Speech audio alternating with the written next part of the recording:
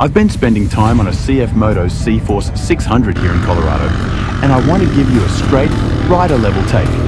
How it feels on our rocky, high desert trails.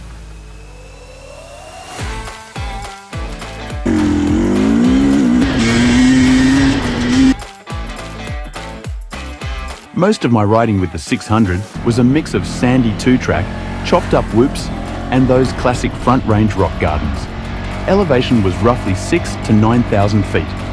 Cold mornings, warm afternoons, and plenty of decomposed granite that loves to roll under your tires. Starting with the engine. On paper, it's a 580 cubic centimetre single-rated around 44 horsepower. In practice, it feels rev-happy and eager. Throttle tip-in is smooth, not jumpy, and the CVT engages predictably. You're not getting big bore tractor torque, but there's enough grunt to pull a hill without drama and to hold a steady pace in soft sand.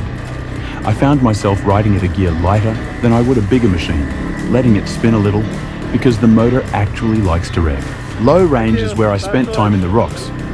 Clutching felt well matched for crawling.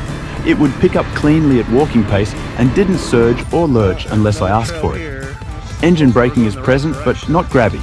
Enough to keep speed under control on steeper downhills without riding the brakes, but you'll still use the levers to set speed precisely. Steering and stability are strong points for this ATV. The electronic power steering keeps the bars light when you're working around obstacles, but it doesn't feel over-assisted. On off-camber shelves and stair-step ledges, the 600 felt planted.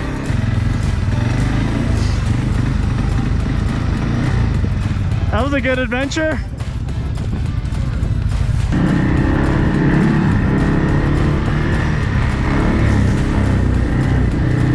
The chassis tracks straight when both tyres are finding different levels of traction, and it doesn't flop or push unpredictably when you commit to a line.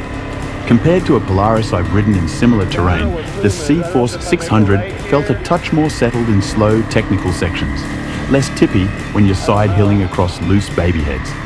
At higher trail speeds in chop, the Polaris still feels a little cushier, but in the crawl and pick-your-way stuff, the 600 gave me more confidence. Suspension travel isn't endless, but it's honest. You'll feel the trail, it's not a magic carpet, and I actually like that feedback when I'm threading through rocks. It tells you where the edges are before you find them the hard way. If you ride loaded with tools or a cooler, bumping a bit more preload in the rear helps keep the tail from squatting in G-outs. Now the part everyone always asks, how does it sound? And how does it feel to live with?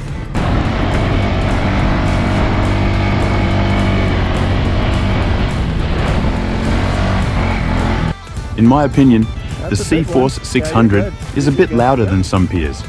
You hear more of the intake and mechanical note, especially at a steady cruise around 25 to 30 miles per hour. It's not obnoxious, but if your priority is a super quiet machine for sneaking around, make a note of it. On the flip side, that livelier sound matches the revvy character. It feels like the machine is awake and ready. I did have one quirk show up a couple of times. The front diff lock hung up before it released. This isn't unique to CFMoto.